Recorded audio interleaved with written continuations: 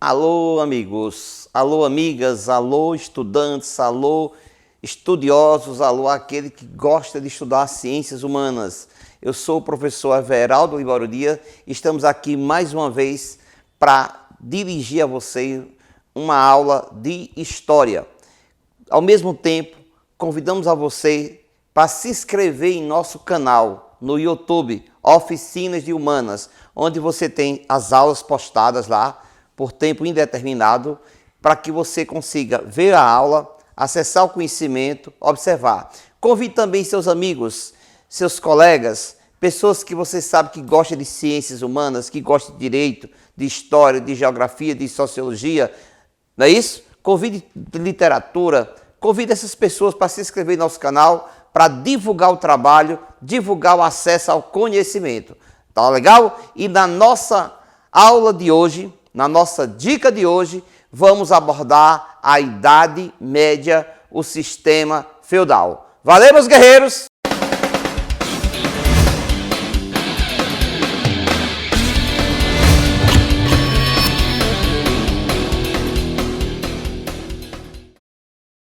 Bom, na nossa dica de hoje vamos viajar pela Alta Idade Média, o período da história da Europa chamado de feudalismo.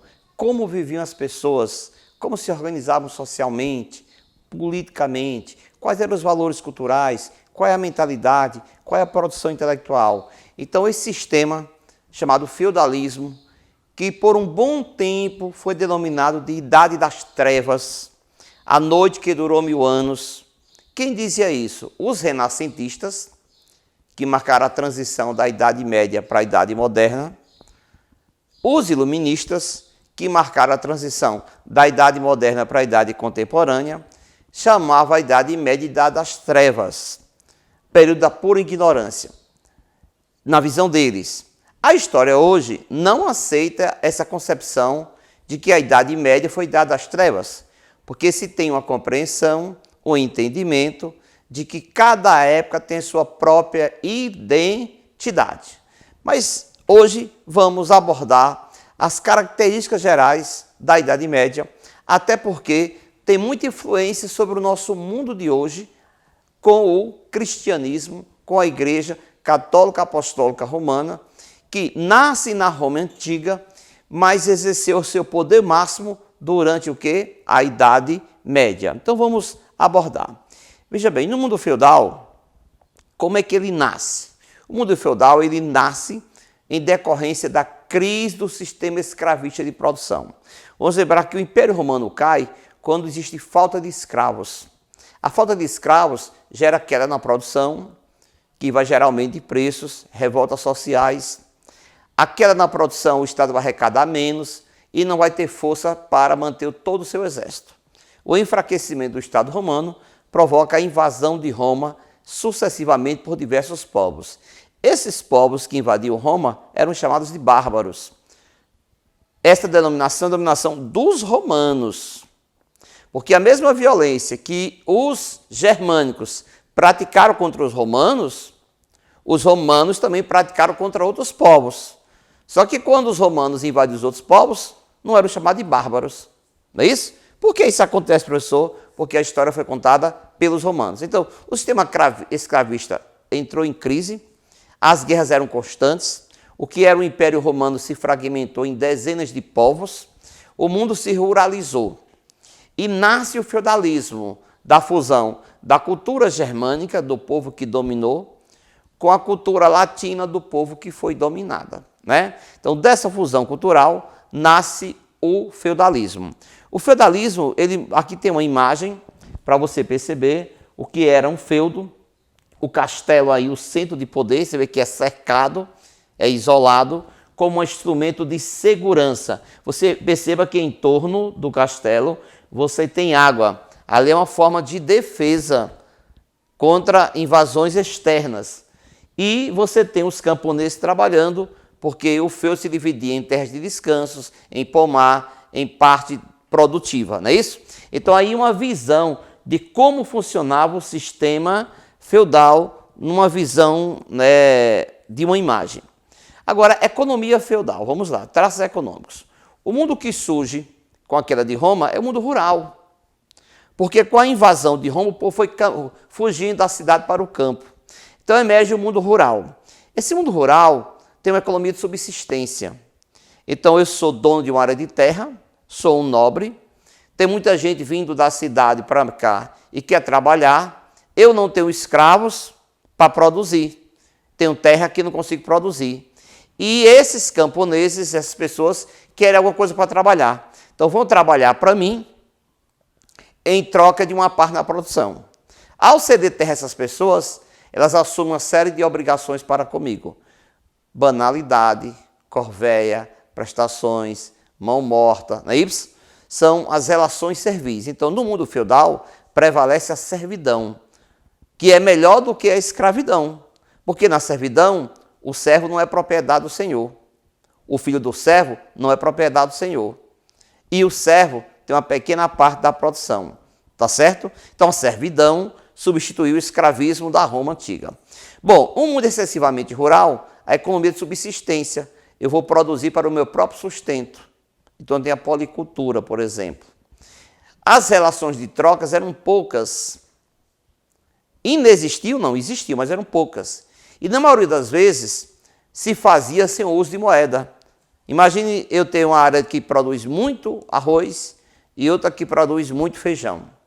E eu troco o arroz pelo feijão. Essa troca de mercadoria sem o uso de moeda era chamada de escambo. Então, o escambo marcou a Idade Média. Preste atenção, o escambo é a característica. Mas existia comércio com moeda? Existia, mas era secundário. Tá certo? O que prevalecia eram as relações de trocas naturais. Daí uma economia chamada economia amonetária, tá bom? Uma outra coisa, a economia era estática. O que é isso? Como é subsistência, eu me contento em encontrar o necessário para o sustento. Então, imagine que eu trabalhei e já obtive o necessário ao meu sustento. Eu estou preocupado em melhorar a produtividade, desenvolver novas formas de produção, né? Desenvolver novas tecnologias? Não, porque o objetivo é a subsistência. Então, é uma economia sem muito dinamismo, é um mundo rural, é uma economia estática, porque não possui muito dinamismo. A ambição em si não fazia parte das pessoas, até porque a moral católica condenava a ambição. E o feudo é um dado de produção. O feudo é tudo aquilo que me extrai renda. Feudo naquela época é capital de hoje. Por exemplo, se eu tenho uma área de terra e produzo para ganhar dinheiro, aquela área de terra minha eu chamo de capital. No feudalismo eu chamava de feudo. Uma ponte, por exemplo, se eu construísse uma ponte que era passagem sobre o rio e estivesse dentro da minha propriedade, eu podia cobrar pedágio sobre aquela ponte. Para a pessoa passar na ponte e pagar um pedágio. Essa ponte era um feudo. Então, o que é feudo? Feudo é tudo aquilo que me traz renda. Não é isso? Essa é a mentalidade da nobreza na Idade Média. Essa é a economia da Idade Média. E a sociedade? Vamos lá. Sociedade da Idade Média. É a chamada sociedade estamental. Olha aí a pose, o status, o sangue azul. O que é a sociedade estamental? Quem nasce nobre, morre nobre. Quem nasce servo, morre servo. Poderia haver casamento entre servos e nobres? Não, não existia isso. Era proibido. Então o mundo é o mundo da imobilidade social no sentido vertical. Tem a mobilidade horizontal. O que é isso? Você dentro da nobreza tem vários status. Você pode ser barão, você pode ser conde, você pode ser duque, você pode ser marquês. São vários títulos de importância diferente, mas todos da nobreza. Quando eu mudo de um título para outro, eu tenho a mobilidade horizontal. Essa existia. O que não existia é a mobilidade vertical. Você nascer nobre, virar servo, ou você nascer servo, virar nobre, não é isso? Bom, nós tínhamos 3 segmentos sociais. A nobreza, os que lutavam, o clero, os que rezavam, e os servos, os que trabalhavam. A igreja usava esse argumento. Uns rezam, uns lutam e uns trabalham, e foi Deus que quis assim. E ninguém pode se voltar contra a vontade de Deus. O destino que Deus lhe deu, você não pode contrariar.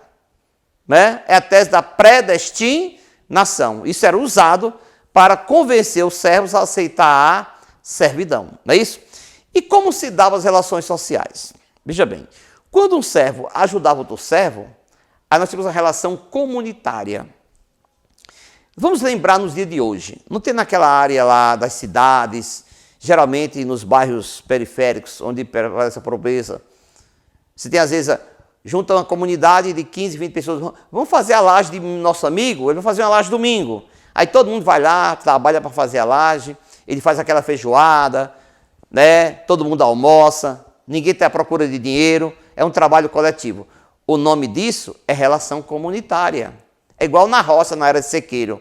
Quando alguém vai mudar uma cerca, que todos os vizinhos vão ajudar, sem cobrar nada, é um mutirão, não é? Isso é relação comunitária. Então, na relação comunitária, você não tem exploração, entendeu? É uma relação de colaboração entre servos. Relação servil, aí tem a exploração. O senhor feudal tem a terra e o servo não tem terra. Então, o servo vai produzir na terra do senhor feudal.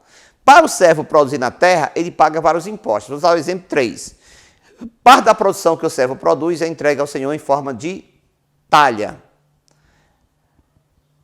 O servo é obrigado a trabalhar alguns dias de graça para o senhor sem ganhar nada. Chama-se corveia. O servo é obrigado a pagar ao senhor se precisar usar um equipamento do senhor. Por exemplo, você produziu, digamos, acerola e quer transformar em polpa. E você não tem os equipamentos, o senhor tem. Para usar os equipamentos do senhor, você vai pagar. O nome disso é o quê? Banalidades.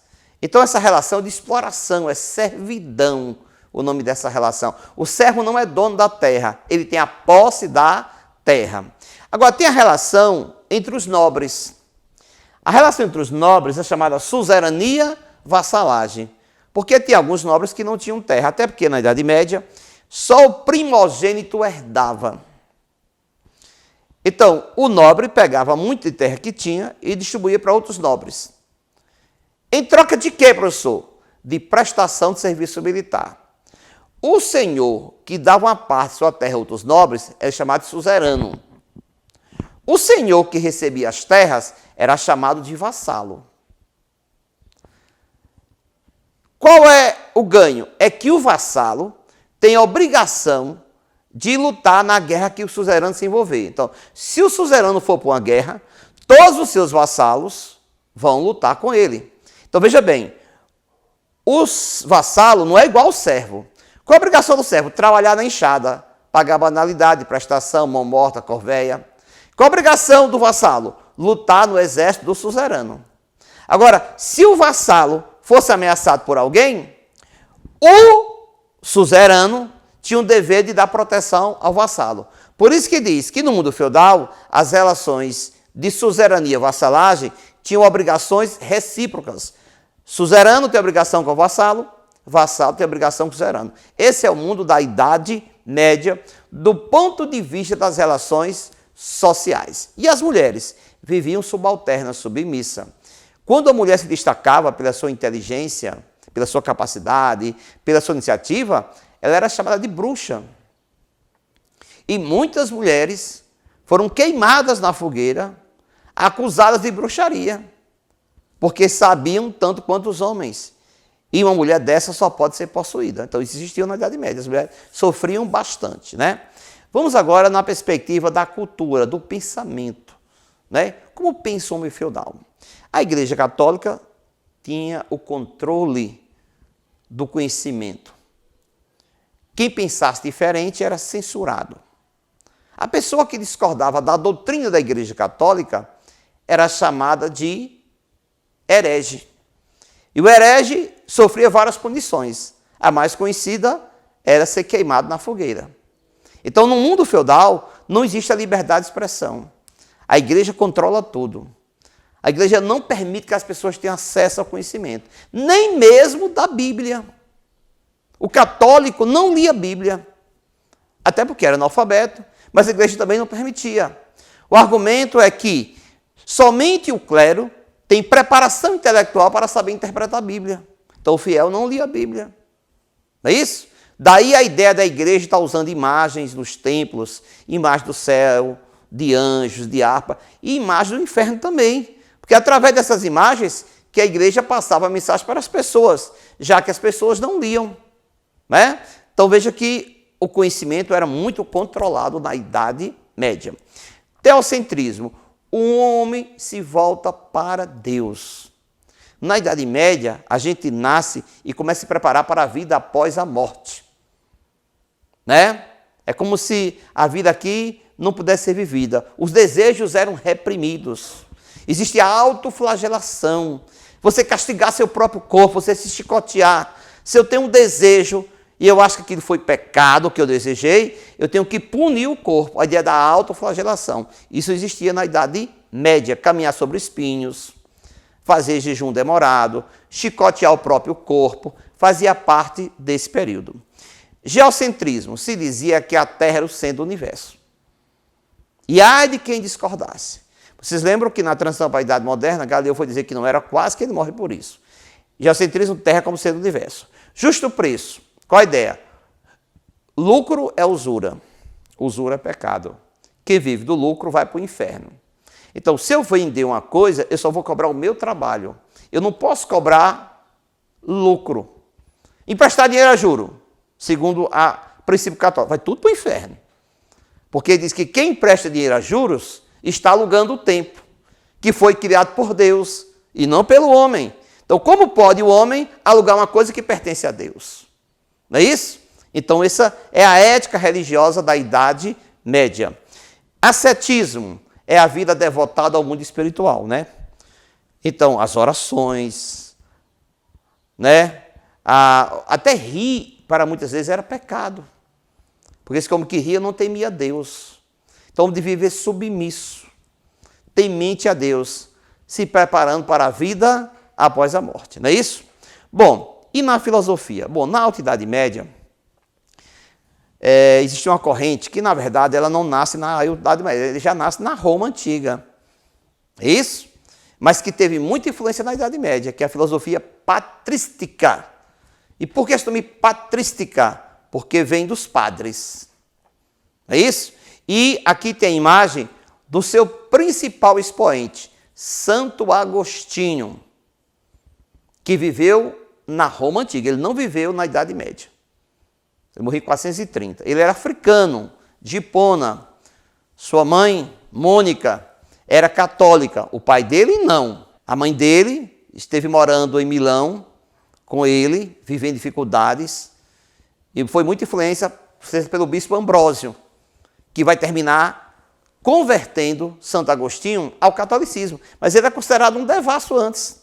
Ele, inclusive, era muito influenciado por aquela ideia maniqueísta, o bem e o mal agindo um contra o outro, né? Ele era adepto disso. Depois que ele se batiza, influenciado por Santo Ambrósio, que era bispo em Milão, ele começa a se afastar um pouco disso. Aí, veja bem, a filosofia patrística, o que é que ela pretende? Ela pretende criar uma doutrina racional para explicar as verdades da fé. Não é isso? Então, qual é a pretensão da filosofia patrística? E Santo Agostinho é o maior expoente. Formular a doutrina cristã para se opor aos pagãos ou aqueles que discordavam do cristianismo. Né? Teve muita influência do conselho que existiu no passado, chamado Conselho de Nicéia, que estabeleceu fundamentos da doutrina cristã. Agostinho de Hipona, quer dizer, na África, viveu lá, não nasceu católico, não era católico, vai se tornar católico por influência de sua mãe, Mônica, não é isso? E vai se batizar por Santo Ambrósio, teve muita influência. Qual o tema da filosofia dele? A discussão da luta do bem contra o mal, porque é um pouco da influência do maniqueísmo. Ele dizia, para enfrentar os desafios de explicar racionalmente o cristianismo, assim, se Deus criou tudo, por que Deus criou o mal? Ele dizia que Deus não criou o mal. O mal é a ausência de Deus, como a escuridão é a ausência de luz. É isso? E como o homem se caminhou para o mal? Aí ele dizia que o homem tem um livre-arbítrio. E esse livre-arbítrio, que é a capacidade do homem conhecer o certo e o errado, às vezes escolhe o caminho errado. E está no livre-arbítrio o quê? A origem do pecado. A origem do erro. Porque o homem quer escolher e nem sempre escolhe o caminho certo. Então, o livre-arbítrio seria a origem do mal na visão de quem? De Santo Agostinho. É bom se falar que as ideias de Platão tiveram muita influência no pensamento de Santo Agostinho. Ele é adepto do neoplatonismo, né? Que fala da questão da idealização. Ele defende o cristianismo contra os seus adversários e coloca a ideia de que Deus nos dá o conhecimento e nós temos que perceber através dos sentidos. É a verdade revelada. Agora, o homem precisa compreender as verdades de Deus. E para isso, ele tem que usar razão. Significa dizer o seguinte, para Santo Agostinho, razão e fé não viviam se chocando, poderiam se integrar. Eu vou usar razão para quê? Para compreender as verdades da fé. Os sentidos me faz ter acesso à informação, mas a compreensão vem da razão, não é isso? Então a discussão entre razão e fé é muito forte nessa doutrina. E isso influenciou muito a Igreja Católica. Agora, Santo Agostinho também falava da ideia da predestinação, de que nós já temos o destino traçado. E isso vai influenciar muito a reforma protestante, porque o mosteiro de Santo Agostinho tinha um homem de lá chamado Martinho Lutero, que era adepto da ideia da predestinação, que dizia que só a fé salva. Então, a reforma protestante, na Idade Moderna, tem muita influência do pensamento de Santo Agostinho. E ele é um santo para os católicos. E é também santo para a Igreja Anglicana, criada por Henrique VIII. Então, muitas das coisas que se discute hoje, de que a fé salva, tem muito a ver com o pensamento de quem? De Santo Agostinho. A ideia que Deus me deu uma luz tem a ver com o pensamento de quem? De Santo Agostinho, da filosofia patrística e do chamado direito natural. Ok? Essas são nossas abordagens sobre os alicerces da sociedade medieval, da economia medieval e da cultura medieval. Irmãos, continue estudando, porque faz bem se abraçar o conhecimento. Não esqueça, se inscreva em nosso canal no YouTube, divulgue para os seus amigos e continue viajando pelas ciências humanas. Até o nosso próximo encontro.